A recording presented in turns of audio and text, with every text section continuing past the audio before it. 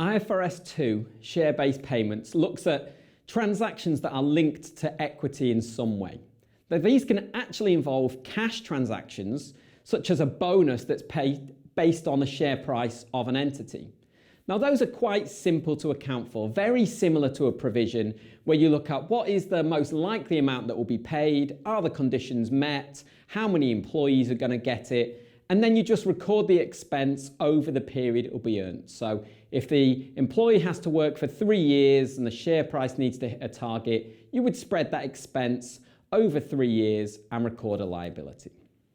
They're quite easy to account for and the amount is quite measurable. You would normally base it on the most recent share price. The issues come when you issue equity options or shares to a third party or an employee. How do we value those?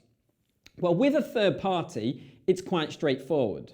They're not as common, but they do happen within tech startup companies or just new companies in general, where you would pay for a service and instead of paying them cash, you give the service share options or shares in the business. Very famous example is Facebook in the early days when they got David Cho, the graffiti artist, to graffiti their walls. He would normally charge $60,000. Sounds a lot for graffiti to me, but he would normally charge that, but instead he took share options.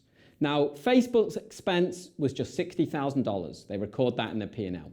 When David Cho exercised those share options, they were worth $200 million. Okay, so a big way that a company can try to encourage people to take something other than cash in the early days. Similarly, Tesla with Elon Musk, he doesn't take a cash salary. Instead, he gets paid in share options. And the way that those are measured is slightly different. They are measured at the fair value of the option on the day the scheme is set up. And then as he hits targets, you just vest those options, and again, they're recorded as an expense as those targets are hit. And again, it's another way that companies like Tesla can reward their executives without actually paying any cash to them. So Elon Musk doesn't actually take any cash salary at all. He takes his entire remuneration in share options, which are worth anything from hundreds of millions up to billions, depending on the share price performance of Tesla. So you can enjoy telling that one at parties.